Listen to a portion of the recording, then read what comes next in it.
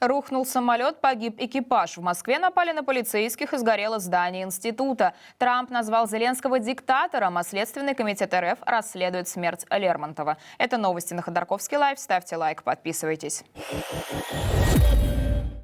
В Нижегородской области разбился легкомоторный самолет. Экипаж погиб. По данным близкого к силовикам телеграм-канала 112, крушение произошло в районе села Новоликеево Кстовского округа. На борту самолета находились 2 человека. Один из пилотов сумел выйти на связь с экстренными службами и сообщить о крушении. Но вот спасти членов экипажа, по данным 112, медики не смогли. В Новой Москве на сотрудников полиции напали 2 мужчин. Полицейские применили оружие.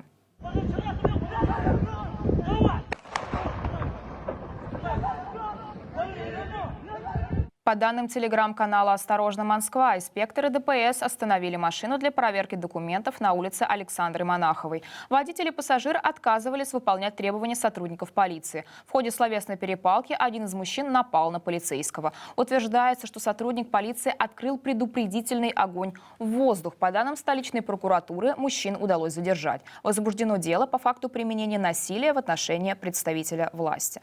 Также в Москве пожар. Сгорел филиал Института вычислительной техники. Там разрабатывали софт для силовиков.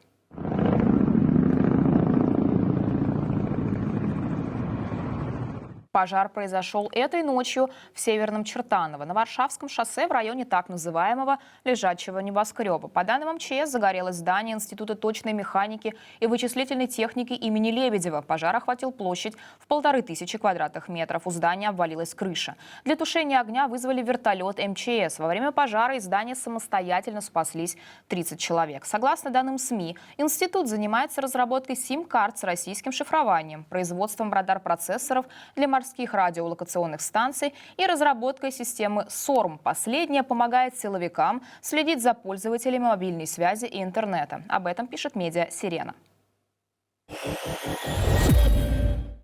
158 дронов и 14 ракет атаковали территорию Украины этой ночью. Такие данные приводят воздушные силы ВСУ.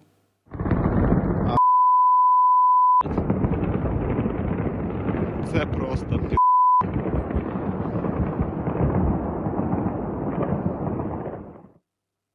Это кадры из Одессы. Город атакуют 2-й день подряд. В мэрии сообщили, что за последние сутки за обстрелов без света остались около 89 тысяч жителей. В ходе ночной атаки ранен 1 местный житель, повреждены коммерческие и административные здания, а также жилые дома. Кроме того, повреждения получила тепломагистраль. Из-за этого часть жителей осталась без отопления. А это Херсон. Местная военная администрация сообщила об авиаударе по городу 3 бомбами. Одна из них частично разрушила жилой дом с 1-го по 10-й этаж. Известно минимум о 6 пострадавших, в том числе 2 детях. Спасатели продолжают разбирать завалы. Под ними могут оставаться люди.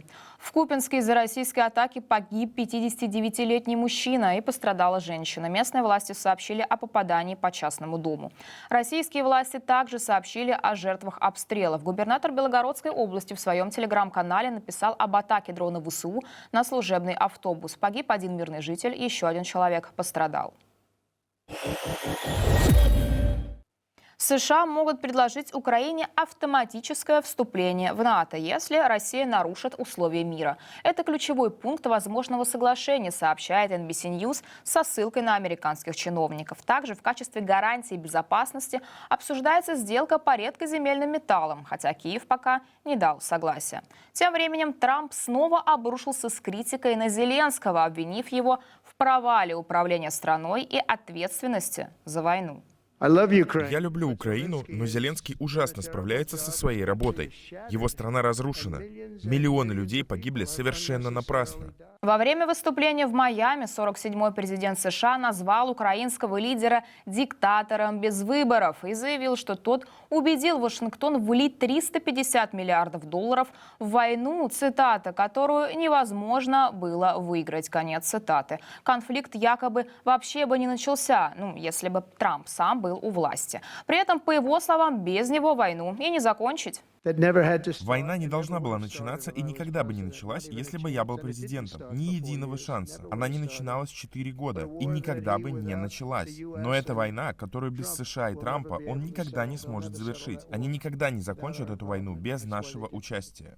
Трамп также упрекнул Зеленского в том, что тот не знает, куда пропала половина американской помощи, не хочет проводить выборы и манипулировал Байденом. В довесок Трамп заявил, что Украина не участвует в важных переговорах и что без диалога с Россией войны не закончить. Он привел фантастические цифры потерь с обеих сторон: 900 тысяч погибших российских военных и 700 тысяч украинских. И подытожил, что Зеленский ужасно справляется. Страна разрушена, миллионы погибли, и все это зря.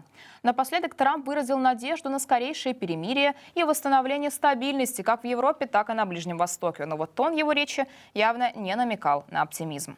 Хамас передал Израилю тела Шири Бибас, ее сыновей, 5-летнего Ариэля и 2-летнего Кфира, а также 83-летнего Одеда Лившица. Их передали Красному Кресту в районе Хан-Юниса, сообщает Джерусалем-Пост. Семья была похищена 7 октября 2023 года.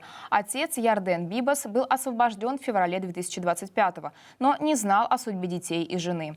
Передача тел сопровождалась пропагандистской акцией Хамас с плакатами и обвинениями в адрес Израиля. Нетаньяху назвал этот день, цитата, «днем потрясения и скорби». Он пообещал, что подобное не повторится. Тела отправили в Институт судебной медицины для официального опознания.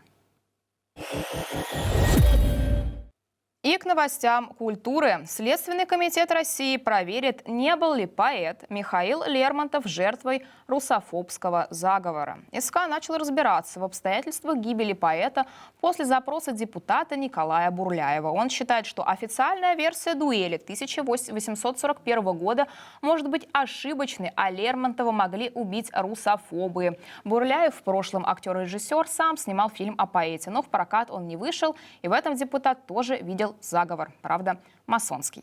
А в Литве создали скульптуру Путина в виде фаллоса. Работа получила название «Чуйло».